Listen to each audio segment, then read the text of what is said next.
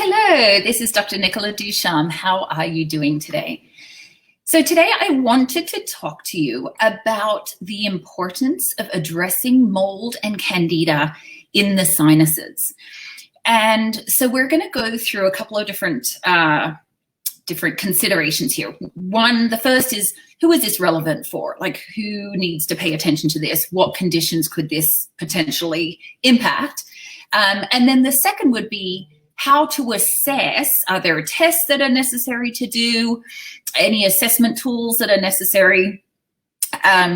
Or can we extrapolate from clinical presentation, symptoms, and things like that? We will talk about a couple of lab tests that can be helpful.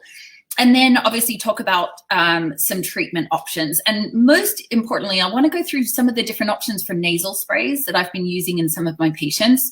I'm seeing good results, and I'm sort of getting in a flow of what order to do things in. And so that's kind of like the inspiration for coming on live today, is to really sort of go through those. Not all of them are prescription, which is really nice as well. So let's just jump right in, and then we will kind of work our way through. So the first thing I want to talk about is, like, who is this relevant for? Who needs to care about mold and Candida in the sinuses? Well, there's a few different groups of people that I would point out. The first is anyone who just gets recurrent sinus infections, recurrent or chronic sinusitis. This is very, very common, can occur completely independently. It doesn't mean there's a mold problem or anything else. It could just be that there's a lot of immune activation and there's just a propensity to get those recurrent infections. My suggestion would be, though, that while they may be primarily bacterial and therefore a Z-Pak or some amoxicillin or something takes care of it, if it's happening time and time again, I would still look at fungal elements and work on addressing fungal elements in the sinuses, in the nasal cavities, in the sinuses, because I've seen that actually break a cycle and reduce then the number of bacterial infections that happen. And obviously, you know, if someone's had one antibiotic after another for sinus infections, they're more at risk for Candida overgrowth anyway, so that may just come as a secondary effect. The second group of people is those who have tested positive for MARCoNS. Now, in simple terms, doing a MARCoNS test, it's a nasal swab, we'll talk about that in a minute, it indicates a certain ampicillin-resistant staph, which is a bacteria. But there are connections being made between people who are MARCoNS positive and people who have mycotoxin illness. Okay, so while those two things aren't exactly the same thing, there is a correlation that people who are dealing with mold toxicity in their body do tend to show positive on the MARCoNS. And we'll talk about how to address that in a few minutes here.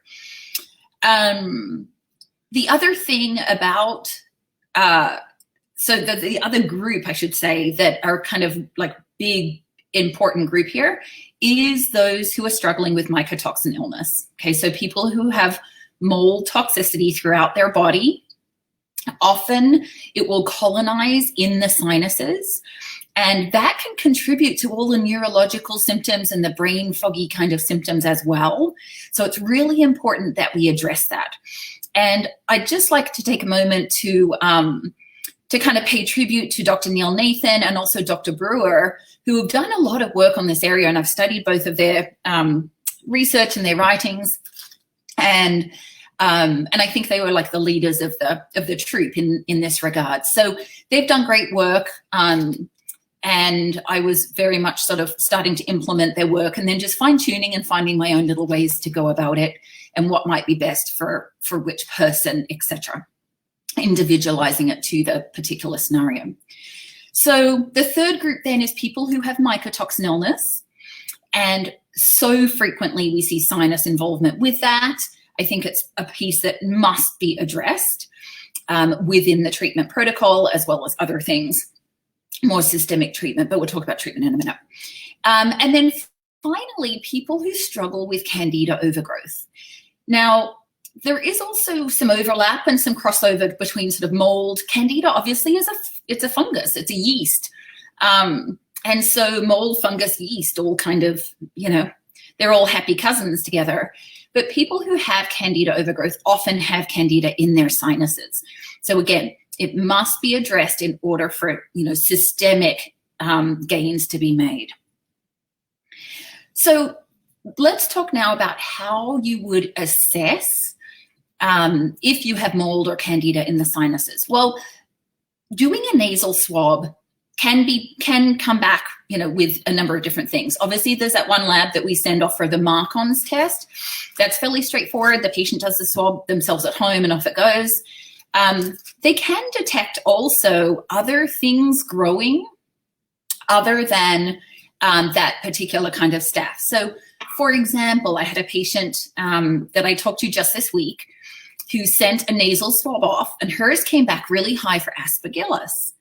And what was interesting about that is I pulled up her urine mycotoxin test, and the 3 markers that she was elevated on the urine test were all attributed to Aspergillus, right? So there was a consistency there that the mycotoxins she was dealing with in her body were coming from and represented the same molds that were showing up in her sinus cavities, right? So we do see that.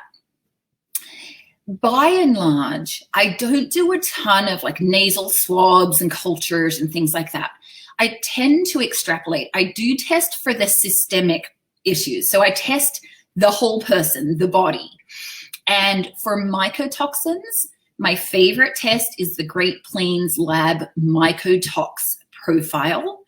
It's a urine test. I also really like real-time labs, but Great Plains is so much more affordable. It's allowed so many more of my patients to evaluate mycotoxins, where before, if the testing was just shy of $1,000, like you'd really want to have some indication that it was relevant before throwing down that kind of money. Whereas Great Plains is more around the 300 mark. They do great testing.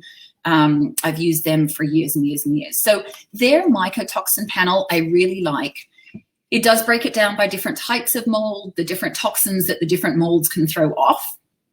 And so it gives us a really good baseline that's quantifiable. We can repeat it later and make sure the numbers are coming down, right? So the important thing with testing is that it gives you clear evidence of what's going on. It guides your treatment plans. There's no point doing testing just for the heck of it. Guides your treatment plans, and decisions can be made based on the results, and also to quantify how things are in the body. And there's a couple of tests that I love for that. Off topic, but the urine heavy metals test, it's the same way. What comes out in the urine is measured. We have numbers. It's not like some of these antibody tests are so ambiguous, especially in the Lyme world, which, I'm very much ensconced in the Lyme world. So I'm constantly dealing with very ambiguous test results. So when we have something that just measures it, here's your number, it's not 100% perfect science. Some people don't detox as well as others, so they may hold on to more. I actually had one patient where we were doing detox. This was heavy metals, not molds. Talk about this another day. And her levels went up the first time we retested, which obviously was, was kind of demoralizing for her. But I said, look, your body is learning. It's throwing these things off now. So give it a chance. We'll give it more time, and then it'll, they'll come down. So where was I? I went off on the heavy metal tangent. Oh, that's right. So I like the mycotoxins because it gives us a number and it gives us very clear information. Some of the other markers, like more of the shoemaker kind of C4A, MMP9, VEGF, I don't mind those markers. However, the markers they're indicators to me. They don't diagnose. They don't say for sure this person is dealing with mold, because MMP9 could go up with histamine response, or it could go up with mold toxicity. And how do you know which is which? Or how do you know what else could be having a bearing on it? So I really like the very direct measurements. On the same note, for Candida, my favorite test is the microbial organic acid test. It's also done by Great Plains. And because it's also a urine test, they can run both those tests from the same sample, right? So it's a single urine sample, and then it can get sent off to the lab and they can run both tests from that. So from a mold and Candida standpoint, that's my favorite combo. A lot of times I'll have people do like a bit of a provocation, like a tablespoon a day of glutathione for the days leading up to the mycotoxin test, just to see if we can stir up some more detox. And kind of like how we provoke a heavy metal test with DMSA, we sort of provoke this one with glutathione. Infrared sauna can also be a good provocation for the mycotoxin test.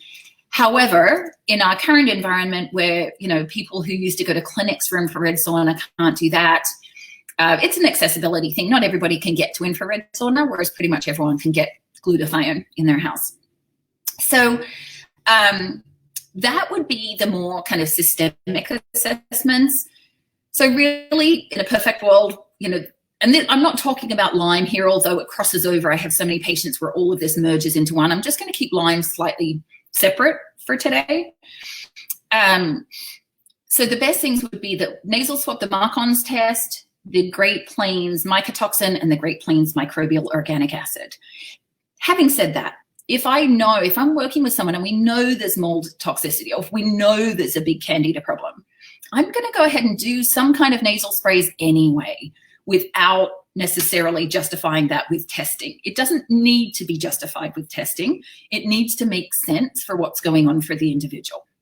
Okay, so testing is always good to give us information, but don't feel like if you're listening to this and you're going, oh yeah, I do, you know, I have mold issues and my sinuses are terrible, and don't feel like you then have to spend several $100s in testing just to try this path and see how it goes for you. So let's talk about options for treatment. Now, the first thing to say is whether we're talking about mycotoxins or Candida, there has to be systemic treatment as well, right? So it's not just about the nose and the sinuses and all of that. We have to be doing antifungals. We have to be doing binders. We have to be doing detox aids like glutathione. I love NRF2 activators just to help reduce, you know, free radical damage. Like we have to treat the whole body. I'm starting to use more Saccharomyces boulardii as well. It is considered a probiotic.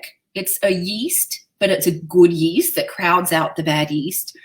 And Dr. Nathan talks about it as being a very gentle binder for people who couldn't tolerate, you know, stronger things.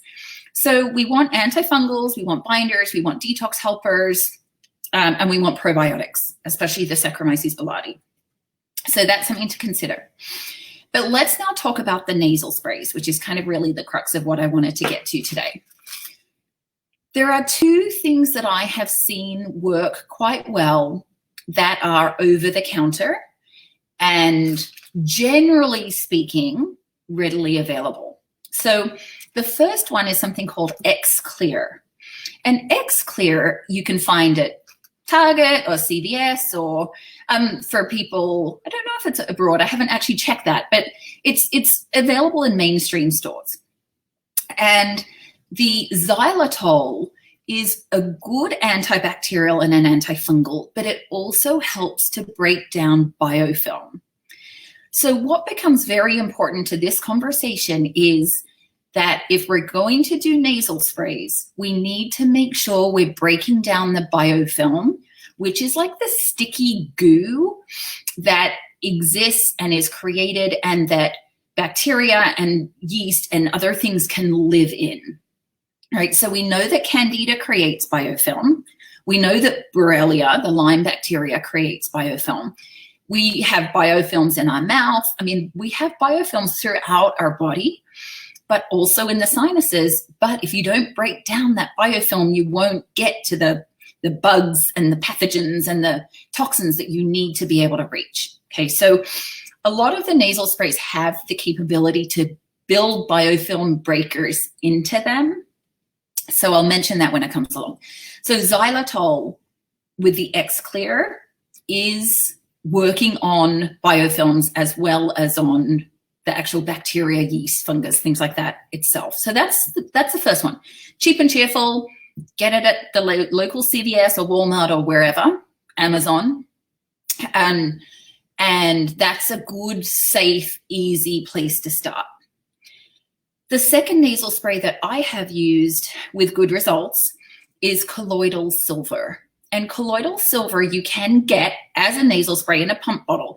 It is near impossible to find right now because of our current, being in this COVID-19 pandemic. Colloidal Silver is a hot commodity, and I have not been able to get the nasal spray from my suppliers for many weeks now. So with that being said, it may just be something to put on hold for a little bit down the road once supply builds back up again. Because colloidal silver is a good antiviral, antibacterial. It's just a good sort of natural antibiotic of sorts. So the colloidal silver nasal spray is also a good, safe, fairly gentle place to start.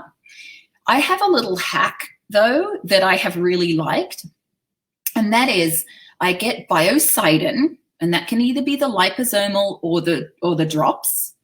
But biocidin is a great antifungal, and it also helps to break down biofilm. So what I have people do is get their bottle of colloidal silver nasal spray, take the lid off while it's full, put a couple of droppers full or a couple of pumps of the liposomal biocidin into the entire bottle, and it just kind of gives it a little bit more oomph. It just potentizes it a bit. It's got a little bit of extra biofilm helper. And usually I've got people on biocidin anyway, so they just, do a couple of squirts and then they're taking it internally as well. Sometimes I have people even, wiping the outside of their ears with biocidin, wiping the outside of their nose. Like, we have to really try and get this, from all orifices. Orified. No, that didn't work. So that's another little hack that you can use to kind of give that colloidal silver a little bit more oomph, right? And I've seen that work really, really well.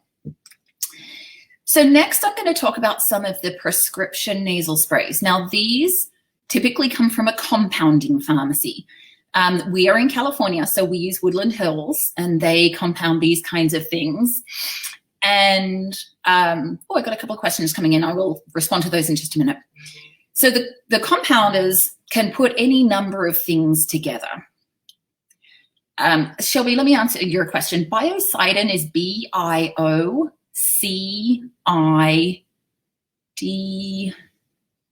Biocidin, I-N or E-N? I-N, I think. I should know that by now. But it's B-I-O-C-I. What about washing with baby shampoo, as that breaks biofilm? But the problem is you've got to get up into the sinuses and up into the nasal passages. So that's why I'm talking about things that really we can get up in there. Okay, so where were we? We were talking about the prescription nasal sprays. The first and possibly the best known, certainly the first one I started using as I got more into doing these treatments was the BEG spray. And BEG is Bactroban, EDTA, and gentamicin. Okay, so if a Marcon's test comes back positive, then we pretty much automatically go to BEG spray, assuming someone's got a doctor who can get that compounded and all of that. Maybe what I'll do is come back to questions at the end, just so I'm not going back and forth. So I will come back to your questions. BEG has the EDTA in it, which does address the biofilm part. Then it's got the Bactroban and the gentamicin, which are for that sort of Marcon's, that staph, that can be resistant to a lot of other things. I have seen BEG spray work really well, and that is often my first step from a prescription standpoint. The thing about BEG, though, is it really isn't addressing the fungal elements. It's not really addressing Candida, yeast, fungus, in the sinus area. So there are two directions to go with that. What I have done historically is start with BEG, do that for maybe a month. Sometimes we retest and make sure Marcon's is negative, make sure it's taking care of that.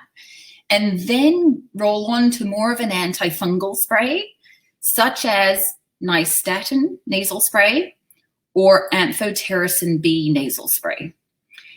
And these that progression has worked really well. Like knock out the bacterial part, get the mark-ons taken care of, and then move on to looking at the fungal parts.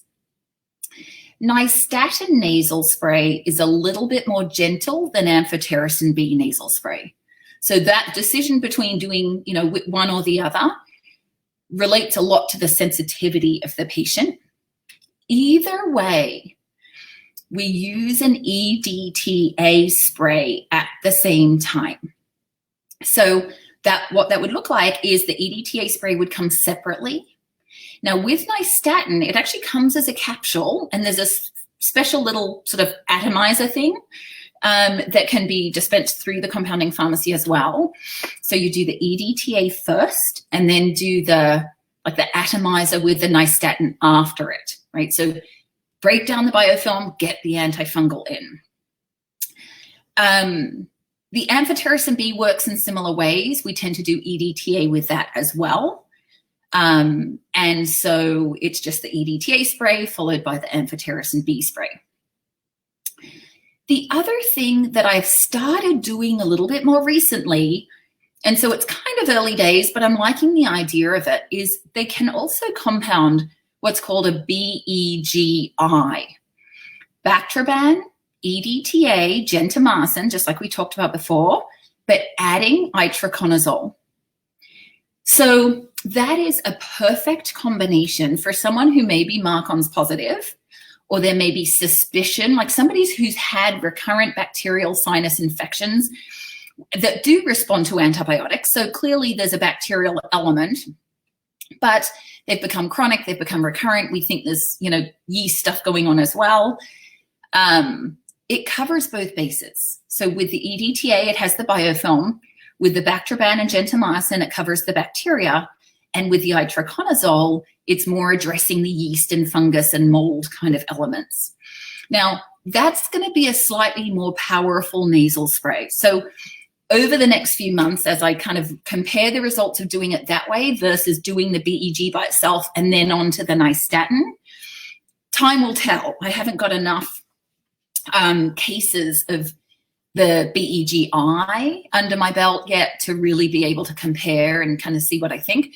But in the interest of moving people along as expeditiously as possible, not having too many different bottles and too many different cycles, now we're going to do that, now we're going to do that, I think it's kind of a good one. I just, I don't think everybody could, that if you're really, really sensitive, it might be too much to have all of that rolled into one nasal spray. All right, so this is where the individuation comes in. It's like if someone's really sensitive, just wants to start out, probably the X-Clear or a Colloidal Silver spray is the way to go. And usually with those, I do one spray per nostril twice a day. And the duration really will depend on one's response to that. I mean, it's pretty safe to do for at least a couple of months. But we, like I said earlier, we have to be treating systemically as well. We have to be getting to the nuts and bolts of everything going on in the body. Those kinds of sprays, yes, I would say are safe to do in pregnancy. Those nasal sprays, I don't see any harm in doing that at all. The other thing, April's asking about mold in the lungs. So the nasal sprays are obviously going upper respiratory. What I would suggest for the lungs would be one of two things. One is you can do nebulized biocidin. And I will work on getting a protocol for that I can share with you guys. But nebulized biocidin has been a good one. You can do nebulized glutathione, but that's more, it's more healing, it's more reducing inflammation. It's not so much, it's not really an antifungal, but so doing something more antifungal first would probably be a good idea. But for healing the lungs, nebulized glutathione can be awesome. The other thing I would think about is an inhalation with some essential oils. So like tea tree, oregano, peppermint's obviously a good one for a carrier, and also peppermint in the body can break down biofilms. So I would be looking at doing some steam inhalation. So getting a, Pyrex bowl or something, putting boiling water in it very, very carefully, just 1 drop of each essential oil because they're so strong, and then put a towel over your head and breathe that steam into the lungs. So I would be doing that in conjunction, a simple thing to do at home, and then thinking about the nebulized biocidin as well. And Taylor's commenting that nebulized biocidin helped a ton after long-term mold exposure. Yeah. So I think we just have to acknowledge that these sort of mold toxins can colonize in different parts of the body. And we do want to do our systemic treatment, you know, with our binders and things like that. But the more we can work in specific areas, the better we'll be. I had another question too from Shelby. What if it's a histamine reaction only? So if that were the case, I would be looking at more sort of mast cell stabilizers, more like your quercetin, your stinging nettles, your vitamin C, things like that, because that's more a systemic and immune response. So that's a slightly different protocol that I would look at for that. Let's see. What do you do if you're a surfer, especially if there is a red tide? So that, I have no idea. That relates to all the algae in the water, right? I'm just learning about that this week. We've had a red tide, and I'm like, what the heck is a red tide? So I'm not really clued up on that. But assuming you're meaning if there's a lot of algae in the water, then depending on how long it lasts and how committed you are to surfing, you may stay out of the water for that period of time. All right, so let's see. I'm looking over here. Shelby's saying, yes, it's bacteria. I think if you were, if you're kind of high risk, or, you know, if you have pre-existing issues there, then I'd probably just avoid it, Shelby, to be quite honest with you. Does it hurt to treat histamine and mold at the same time if you don't know which one? Yeah, absolutely. If you have a couple of different things going on and they're both impacting you, then yes, you absolutely can treat both at the same time and just chip away at these things little by little. We know that mold can trigger histamine reactions, but once the histamine's high, then it often makes people,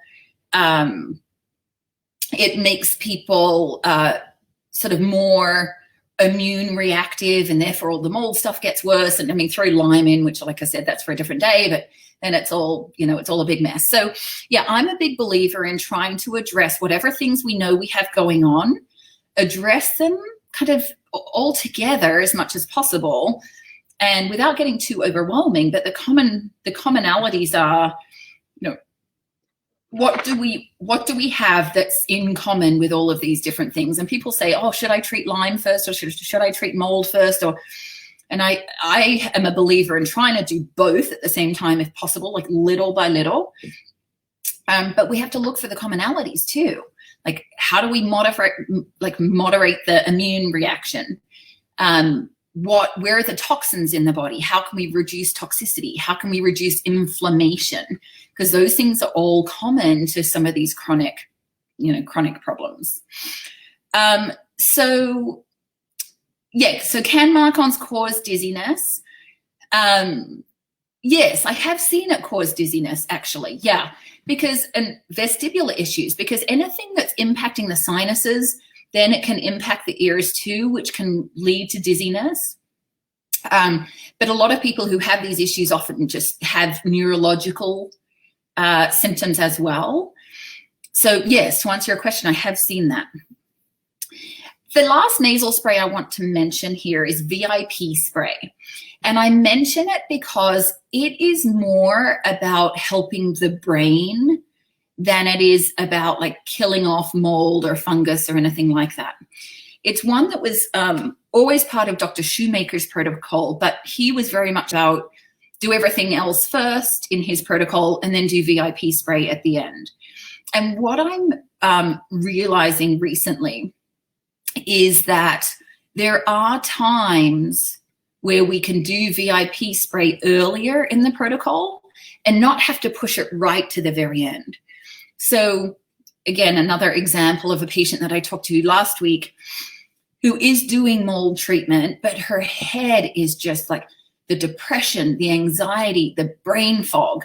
And so I'm co-managing her case with another practitioner in her country, and I'm encouraging them to start VIP now, even though she's still got mold stuff, she's still got fungal stuff, she's still got sinus stuff. We're still working on all of that, but just to see if we can give her a little bit of a breakthrough on the neurological front, which would just make everything that much more manageable for her. So VIP spray is a nasal spray, but it's more for neurological reasons than it is just sinus reasons.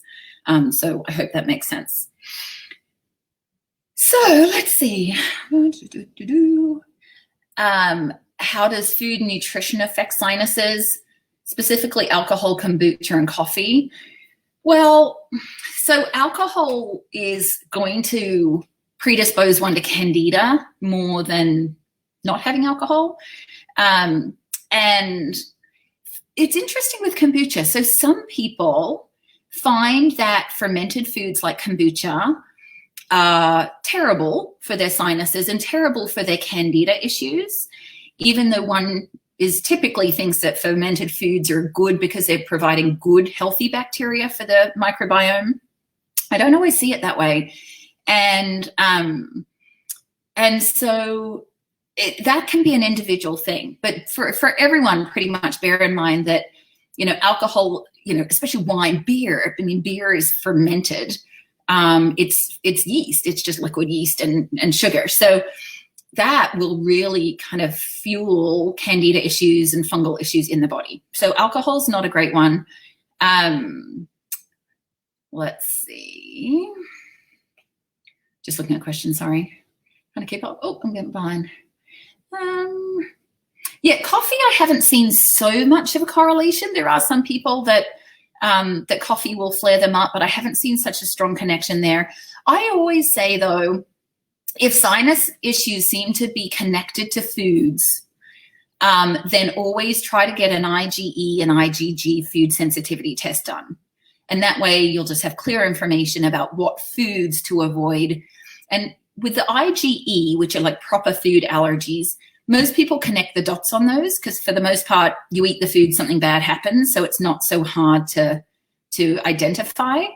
Where it gets tricky is the delayed hypersensitivity reactions. And that's more IgG mediated. It's a different kind of immune cell. So I can go into that in depth in another video.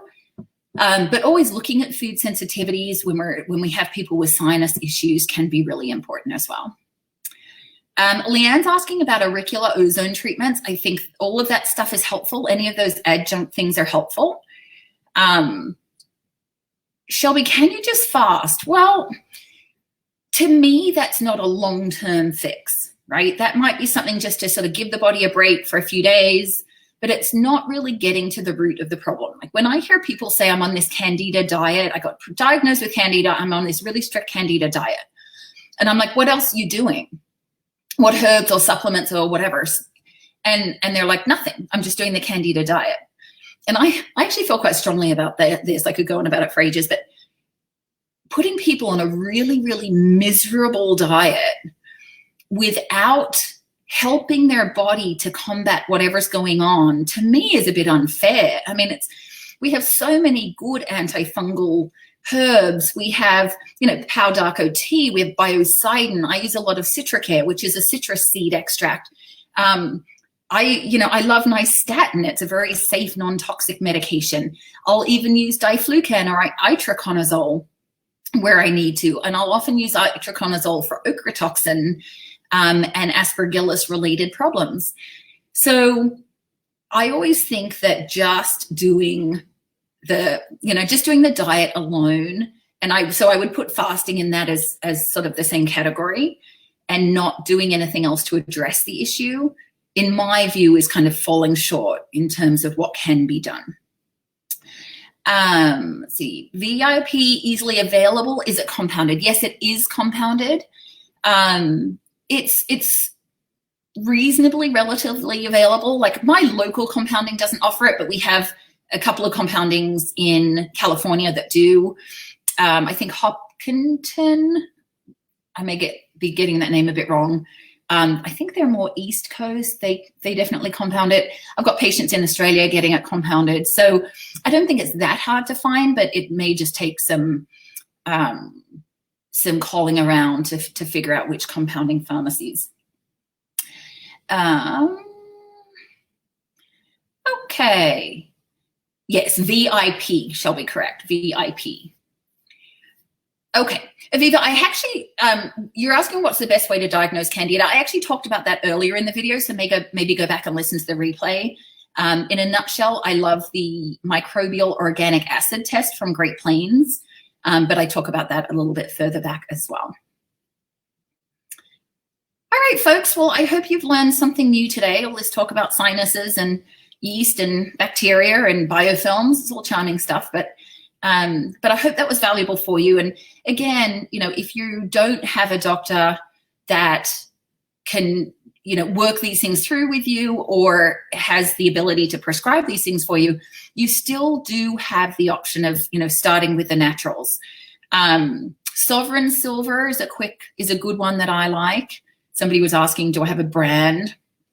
Argentin 23 is the one that we carry in our dispensary, but it's also the one that we can't get right now. But Argentin 23, that would be a really good choice. So, all right, folks, well, it's lovely to have been with you today, and I will see you again very soon. Feel free to reach out to me with topics that you're interested in, things that you'd like to hear more about. I plan on doing more trainings. I'm going to be focusing on doing training specifically within my wellness community. So if you're not a part of Dr. Nicola's wellness community, we would love for you to jump over there, and you will find a link from either the Facebook page or the Restore Medicine Facebook page or the Dr. Nicola Duchamp Facebook page. So much social media, so hard to keep track of. So I hope you have a wonderful day and that you're all staying safe, and I will see you again soon.